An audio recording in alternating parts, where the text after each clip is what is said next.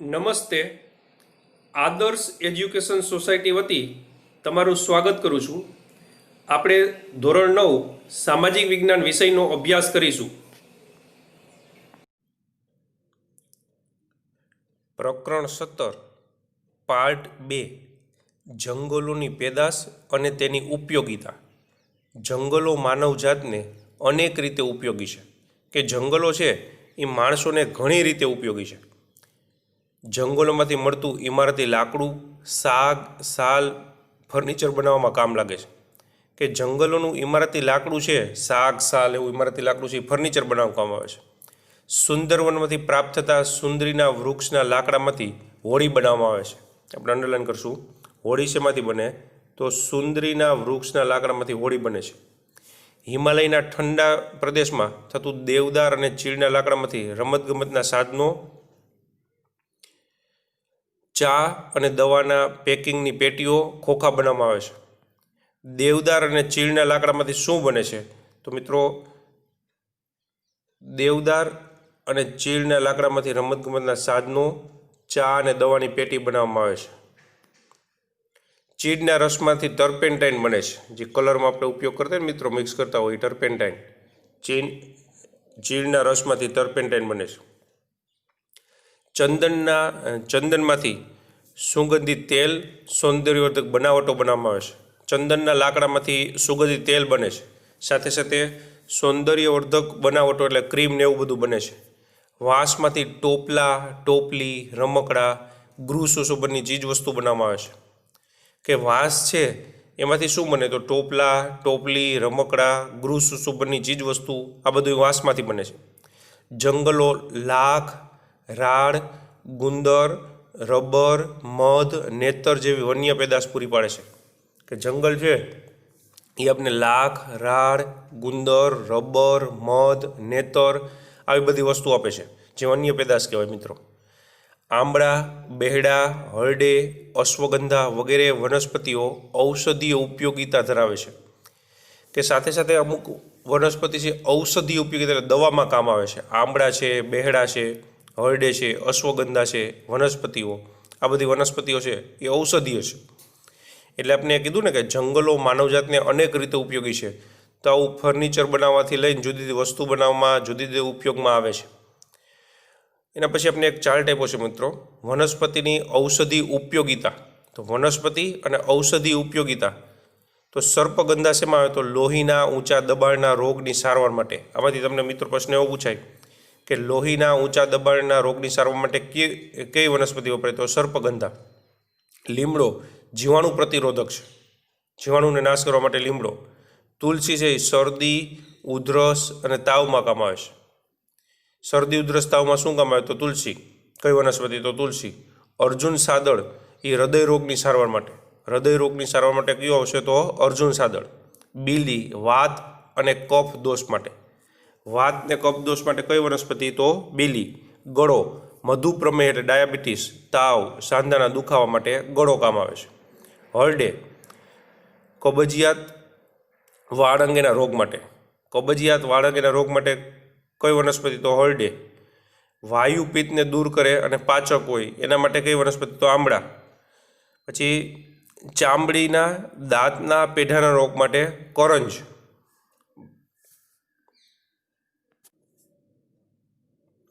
આ ઉપરાંત ખાખરાના પાનમાંથી પતરાળા પડિયા, ખેરના લાકડામાંથી કાથો, ટીમરૂના પાનમાંથી બીડી બનાવવામાં આવે છે. કે આ ઉપરાંત જોઈને તો ખાખરાના પાનમાંથી શું બનાવે? તો પતરાળા પડિયા, જે પડિયા ઓલા આપવામાં આવે ને એ. પછી ખેરના લાકડામાંથી કાથો. કાથો શેમાંથી બને? તો ખેરના લાકડામાંથી. ટીમરૂના પાનમાંથી બીડી બનાવવામાં આવે છે. અંડરલાઈન કરશી. બીડી શેમાંથી બનાવવામાં આવે? તો ટીમરૂના પાનમાંથી. ટીમરૂનું વૃક્ષ થાય મિત્રો, એના પાનમાંથી બીડી બનાવવામાં આવે. જંગલો વનવાસી પ્રજાને આજીવિકા તેમજ ખોરાક પૂરો પાડે છે. કે જંગલ છે ને એ વનવાસી પ્રજાને આજીવિકા આપે અને ખોરાક આપે છે. આમ જંગલો માનવજાતને સામાજિક અને આર્થિક વિકાસમાં યોગદાન આપે છે. કે જંગલો છે એ માનવજાતને સામાજિક અને આર્થિક વિકાસમાં યોગદાન આપે છે. જંગલનું પર્યાવરણીય મહત્ત્વ. આર્થિક મહત્ત્વ તો છે જ, સાથે સાથે પર્યાવરણીય મહત્ત્વ. તો જંગલનું પર્યાવરણીય મહત્ત્વ નીચે મુજબ છે કે જંગલો વરસાદ લાવવામાં ઉપયોગી છે. પહેલું પર્યાવરણમાં છે તો વરસાદ લાવે, વૃક્ષો હોય એટલે ઘનીભવનની પ્રક્રિયા થાય એટલે વરસાદને ખેંચી લાવે, અને વરસાદ એ વાદળા છે ઘનીભવન થઈ જાય એટલે વરસાદ આવે. એટલે જંગલો છે એ વરસાદ લાવવામાં ઉપયોગી છે. વાતાવરણને વિષમ બનતું અટકાવે છે. જંગલો છે એ વાતાવરણને સમ રાખે, કાર્બન ડાયોક્સાઇડ શોષી લે અને ઓક્સિજન આપે, વાતાવરણને સમ બનાવે. પ્રાણદાયી વાયુ ઓક્સિજન પૂરો પાડે છે. કે જંગલો છે એ વાતાવરણને વિષમ બનતું અટકાવે, પછી કીધું કે ઓક્સિજન આપે છે, બરાબર. વૃક્ષો છે એ ઓક્સિજન આપે છે. જંગલો પૂર નિયંત્રણ કરે છે. કે જંગલ હોય ને એટલે સમ વરસાદ થાય, વધુય ના થાય ને ઓછોય ના થાય, એટલે પૂરની પરિસ્થિતિ ના થાય, બરાબર. અતિવૃષ્ટિ થઈ જાય તો પૂર આવે, એટલે જંગલને કારણે એવું નહીં થાય, અતિવૃષ્ટિ નહીં થાય અને દુષ્કાળ નહીં પડે, એટલે પૂર નિયંત્રણ કરે છે. કાર્બન ડાયોક્સાઇડ જેવા હાનિકારક વાયુનું શોષણ કરે છે. કે જંગલો વૃક્ષો છે એ કાર્બન ડાયોક્સાઇડ શોષી લે એટલે જે માણસને નુકસાનકારક વાયુ છે એ શોષાઈ જાય છે. જંગલો જમીન ધોવાણ અટકાવે છે. જંગલો છે એ જમીન ધોવાણ અટકાવે કઈ રીતે? કે વરસાદને કારણે અથવા પાણીના પ્રવાહને કારણે જમીન ધોવાણ થાય છે, પણ જંગલ હશે એટલે વૃક્ષના મૂળિયા અંદરથી જ જમીનને પકડી રાખશે, એટલે જમીન ધોવાણ થવા નહીં દે. એટલે જંગલો જમીન ધોવાણ અટકાવે છે. જંગલો ભૂમિગત જળને જાળવી રાખે છે. મૂળિયા અંદર પાણી ઉતારશે એટલે જમીનનું અંદરનું પાણી, મિત્રો, કૂવો અને બોર છે એ જમીનનું અંદરનું પાણી કહેવાય. તો જંગલો છે એ ભૂમિગત જળ જાળવી રાખે છે.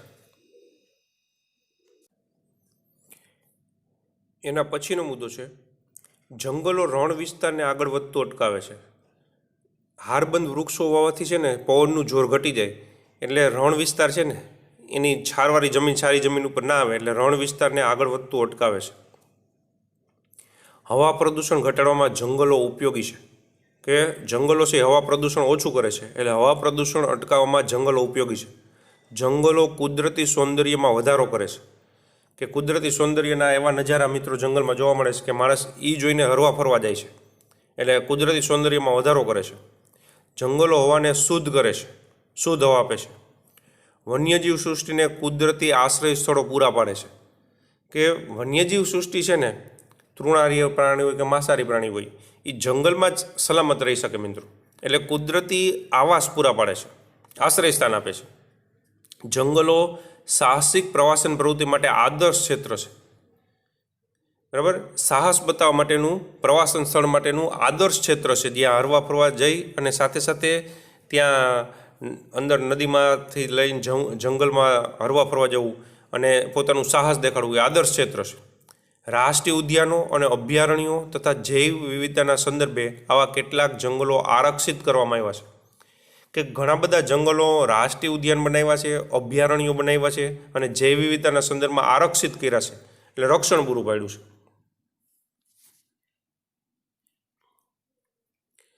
જંગલ સંરક્ષણ વનસ્પતિ જીવન, પ્રાણી જીવન અને માનવ જીવનના આંતર સંબંધી પારિસ્થિતિકી તંત્રનું સર્જન થાય છે. પારિસ્થિતિકી તંત્ર એને કહેવાય, મિત્રો. વનસ્પતિ જીવન, પ્રાણી જીવન અને માનવ જીવનના આંતર સંબંધી એ બધા એકાયરે જોડાયેલા હોય. જે વિસ્તારની જંગલ હોય ને, વનસ્પતિને એવા જ ત્યાં પ્રાણી થતા હોય, એ પારિસ્થિતિક તંત્ર કહેવાય. તો વનસ્પતિ જીવન, પ્રાણી જીવન અને માનવ જીવનના આંતર સંબંધોથી પારિસ્થિતિકી તંત્રનું સર્જન થાય છે. પરંતુ માનવીની પર્યાવરણ વિરોધી પ્રવૃત્તિ અને માનસિકતા તથા સ્વાર્થવૃત્તિને કારણે પારિસ્થિતિકી તંત્રમાં ખલેલ પહોંચે છે. કે માણસની પર્યાવરણ વિરોધી પ્રવૃત્તિ અને સ્વાર્થવૃત્તિ છે એને કારણે આ પારિસ્થિતિકી તંત્રમાં ખલેલ પહોંચે છે. હવે, મિત્રો, ત્યાં આપણે જંગલ વિનાશના કારણો કીધા છે. તો જંગલ વિનાશ માટે માનવીની જમીન મેળવવાની ભૂખ સૌથી વધુ જવાબદાર છે. કે જંગલ વિનાશ થયા ને એના ઘણા બધા કારણો છે. એમાં જમીન મેળવવાની ભૂખ, કે માણસ છે ને જંગલ કાપી ગયો ને ખેતી કરી ગયો, જંગલ કાપી ગયો ને ખેતીને રહેણાંક વિસ્તાર, ખાસ કરીને ખેતી માટે જંગલ કાપી ગયો, એટલે જમીન મેળવવાની ભૂખ એ સૌથી વધુ જવાબદાર છે. આ ઉપરાંત વસ્તી વધારો, કે આઝાદી વખતે, મિત્રો, 36 કરોડ ને 10 લાખની, 1951ની આપણી વસ્તી 36 કરોડ ને 10 લાખની હતી. અત્યારે અંદાજિત 130-135 કરોડની વસ્તી થઈ ગઈ, મિત્રો. તો એના માટે જંગલ કાપવા પડ્યા, રહેવા માટે, કારખાના બનાવવા માટે. તો વસ્તી વધારો, ઉદ્યોગોને રહેણાંક વિસ્તારથી દૂર લઈ જવાની નીતિ, કે ઉદ્યોગોને રહેણાંક વિસ્તારથી દૂર લઈ ગયા, બરાબર. એટલે રહેણાંક વિસ્તારથી જે બહારના વિસ્તારો હતા ત્યાં વૃક્ષો કાપી નાખ્યા, એટલે જંગલ વિનાશ થયું. પછી શહેરીકરણ, શહેર મોટા ને મોટા થતા ગયા એટલે જંગલ વિનાશ થયું. પછી બહુતિક યોજનાઓ, એકથી વધુ હેતુ માટે, માનો કે નર્મદા જેવા ડેમ બનાવ્યા, બરાબર, તો એને કારણે ઘણા બધા મધ્યપ્રદેશનો ઘણો બધો વિસ્તાર જંગલમાં, ઘણો બધો વિસ્તાર છે જંગલ વિસ્તાર, એ ડૂબમાં ગયો. તો બહુતિક યોજનાઓને કારણે જંગલ વિનાશ થયું. પછી સડકોનું નિર્માણ કાર્ય, રસ્તા બનાવે, રેલવે બનાવે, તો આજુબાજુના અથવા તો ઘણીવાર તો જંગલમાંથી જે રસ્તા બનાવવામાં આવે, અથવા ઘણી બાજુ રસ્તા બનાવવામાં આવે તો બે બાજુના જે વૃક્ષો છે કાપવામાં આવે. તો સડકોનું નિર્માણ કાર્ય, ઇમારતી અને બળતણ લાકડું મેળવવા, ઇમારતી લાકડું બનાવવા અને બળતણનું લાકડું મેળવવા, ઝૂમ ખેતી, દાવાનળ વગેરે કારણોથી જંગલોનો વિનાશ થઈ રહ્યો છે. કે બળતણ માટેનું લાકડું મેળવવા માટે. પછી કીધું ઝૂમ ખેતી એટલે સ્થળાંતર ખેતી. મિત્રો એ આપણે 10માં વિગતે ભણશું કે ઝૂમ ખેતી કેને કહેવાય. તો કે એક જંગલ વિસ્તાર હોય ને કાપી નાખવામાં આવે, બરાબર, ત્યાં ખેતી થાય. અમુક વર્ષો પછી એની ફળદ્રુપતા ઓછી થઈ જાય ને એટલે એ વિસ્તાર છોડી દઈએ અને આગળ બીજું જંગલ કાપી ત્યાં ખેતી કરવા માંડે. વળી અમુક વર્ષો પછી એ જમીનની ફળદ્રુપતા ઓછી થઈ જાય ને આગળ ત્રીજું જંગલ કાપી ત્યાં ખેતી કરવામાં આવે. આમ સ્થળ બદલે રાખીને સ્થળાંતર ખેતી કહેવાય. તો એ ઝૂમ ખેતી. તો એ ઝૂમ ખેતીને કારણે, બરાબર, જંગલનો વિનાશ થયો. પછી દાવાનળ એટલે જંગલમાં આગ લાગે વગેરે કારણોથી જંગલનો વિનાશ થઈ ગયો છે. જંગલોનો વિનાશથી પર્યાવરણની સમતુલા ખોરવાય છે. કે આવા જુદા જુદા કારણોથી જંગલનો વિનાશ થયો છે, એને કારણે પર્યાવરણની સમતુલા ખોરવાય છે. જંગલોના વિનાશ થવાથી પર્યાવરણને ઘણી વિપરીત અસર ઊભી થાય છે, જેમાં વરસાદનું પ્રમાણ ઘટવું, દુષ્કાળ, ગ્લોબલ વોર્મિંગ એટલે વૈશ્વિક તાપવૃદ્ધિ, ગ્રીન હાઉસ ઇફેક્ટ એટલે હરિતગૃહ પ્રભાવ, રણીકરણ, વન્યજીવોનું નિરાશ્રિત થવા વગેરે. હવે જંગલ વિનાશ થાય ને મિત્રો, એનાથી પર્યાવરણ ઉપર ઘણી બધી વિપરીત અસર ઊભી થાય છે. એમાં વરસાદનું પ્રમાણ ઘટવું, વરસાદ ઓછો પડે. પછી દુષ્કાળ પડે, ગ્લોબલ વોર્મિંગ એટલે વૈશ્વિક તાપમાનમાં વધારો થાય, બરાબર, અને એના કારણે ઘણી બધી સમસ્યાઓ થાય છે વૈશ્વિક તાપમાન. પછી ગ્રીન હાઉસ ઇફેક્ટ એટલે હરિતગૃહ પ્રભાવ થાય. પછી રણીકરણ એટલે રણ વિસ્તાર વધે. પછી વન્યજીવો નિરાશ્રિત થવા, કે જંગલ વિનાશને કારણે વન્યજીવો છે નિરાશ્રિત થઈ જાય. જંગલ કપાઈ જાય એટલે વન્યજીવોને જે રહેવાનું છે એ જ ના રહીએ, એટલે માનવ વસ્તી તરફ આવી ચડે, એટલે માનવને એનો સંઘર્ષ થાય, કાં એ વન્યજીવ મરી જાય ને કાં માણસ મરી જાય. તો હવે ઘણી બધી જંગલ વિનાશને કારણે અસરો થાય છે.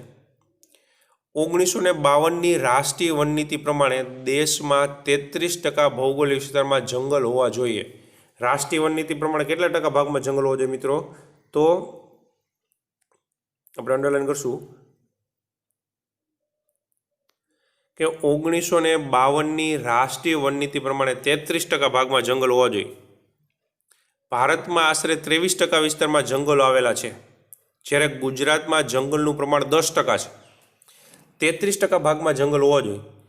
ભારતમાં 23% છે, ગુજરાતમાં 10% છે. આમ જંગલ વિનાશને અટકાવવો આવશ્યક છે અને તે માટે વન સંરક્ષણ અને વન સંવર્ધન કરવું જરૂરી છે. કે જંગલ વિનાશને અટકાવવો આવશ્યક છે અને એના માટે વન સંરક્ષણ અને વન સંવર્ધન કરવું જરૂરી છે. આટલું જાણવું ગમશે. ગુજરાતમાં IUCN international union for conservation of nature red data બુકમાં, IUCNની સંસ્થાનું નામ છે મિત્રો, એનું આખું નામ આપણે જોયું international union for conservation of nature. એને રેડ ડેટા બુકમાં સફેદ ખાખરો, ગુગળ, નીલસોટી, સીસમ, આંબળી, અટક, હળડે વગેરે જેવી વનસ્પતિને ભય હેઠળની કક્ષામાં મૂકવામાં આવી છે. કે આ બધી વનસ્પતિ છે ને ભય હેઠળની કક્ષા ન થાય, કે આવતા ભવિષ્યમાં કદાચ ના પણ રહીએ, બરાબર, એટલે ભય હેઠળની કક્ષામાં મૂકી છે.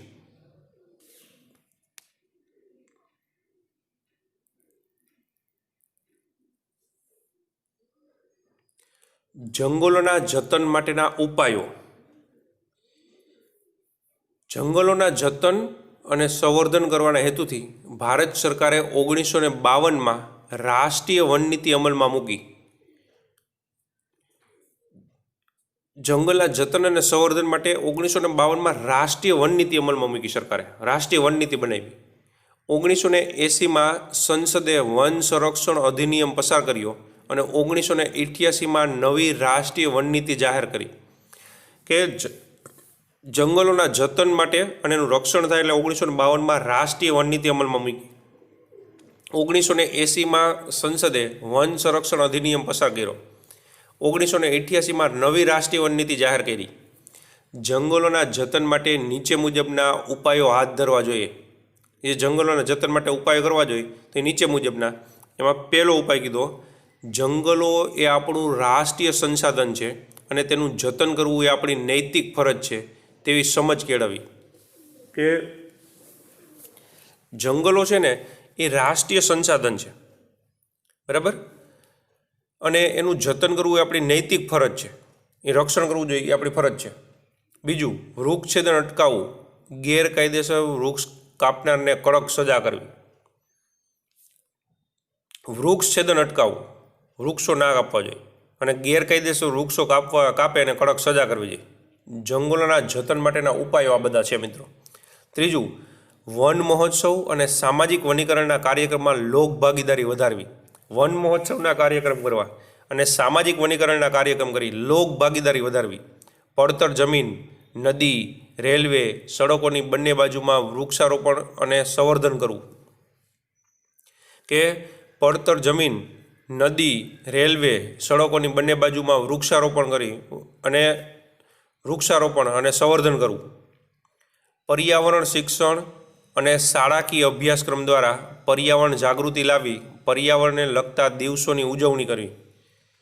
કે પર્યાવરણ શિક્ષણ અને શાળાકીય અભ્યાસક્રમ દ્વારા પર્યાવરણ શિક્ષણ આપવું અને શાળાકીય અભ્યાસક્રમ દ્વારા પર્યાવરણને લગતા દિવસોની ઉજવણી કરવી. બરાબર, આટલું જાણવું ગમશે એમ કરીને પર્યાવરણ વિષયક દિવસોની માહિતી આપી છે. કે 21 માર્ચ વિશ્વ વન દિવસ, 22 એપ્રિલ વિશ્વ પર્યાવરણ દિવસ, 5 જૂન વિશ્વ પર્યાવરણ દિવસ, 22 એપ્રિલ વિશ્વ પૃથ્વી દિવસ છે મિત્રો, 5 જૂન વિશ્વ પર્યાવરણ દિવસ, જુલાઈ માસ વન મહોત્સવ, 16 સપ્ટેમ્બર વિશ્વ ઓઝોન દિવસ. આમાંથી તમને કોઈ એક પૂછે કે વિશ્વ પર્યાવરણ દિવસ ક્યારે ઉજવાય તો 5 જૂને.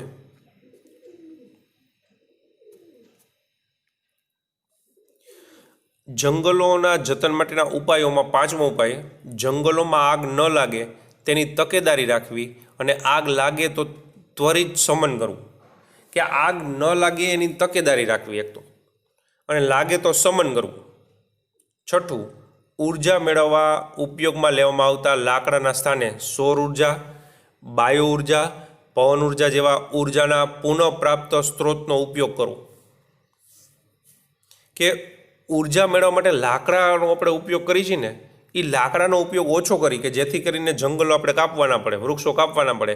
એટલે સૌર ઉર્જા એટલે સૂર્ય ઉર્જા, બાયો ઉર્જા, બાયોગેસ ઉર્જા, પવન ઉર્જા, આવા પુનઃપ્રાપ્ત ઉર્જાના સ્ત્રોત છે ને એનો વધુને વધુ ઉપયોગ કરી પ્રચાર પ્રસાર માધ્યમ દ્વારા લોકોને જંગલનું મહત્ત્વ સમજાવી આ બાબતે લોક જાગૃતિ લાવી. કે લોકોને જંગલનું મહત્ત્વ સમજાવવાનું અને લોક જાગૃતિ કેળવવી પ્રચાર પ્રસાર માધ્યમથી. આટલું જાણવું ગમશે. વૈશ્વિક લોકજાગૃતિ લાવવાના હેતુથી 2011ના વર્ષને વિશ્વ વન વર્ષ ઘોષિત કરવામાં આવ્યું છે. સામાજિક વનીકરણ એટલે પર્યાવરણ, સમાજ અને ગ્રામીણ વિકાસને મદદરૂપ થવાના હેતુથી જંગલનું વ્યવસ્થાપન અને સંરક્ષણ કરવું તેમજ પડતર જમીન પર વૃક્ષારોપણ કરવું. કે સામાજિક વનીકરણ કેને કહેવાય તો પર્યાવરણ, સમાજ અને ગ્રામીણ વિકાસને મદદરૂપ થવાના હેતુથી જંગલનું વ્યવસ્થાપન અને સંરક્ષણ કરવું અને પડતર જમીનમાં વૃક્ષારોપણ કરવું એ સામાજિક વનીકરણ છે. દેહરાદૂન સ્થિત જંગલ સંશોધન સંસ્થા જે જંગલ વિષયક સંશોધન કરે છે. જંગલ વિષયક સંશોધક સંસ્થા ક્યાં આવેલી છે તો દેહરાદૂનમાં. તમે અમારી સાથે જોડાણા એ બદલ આપનો ખૂબ ખૂબ આભાર.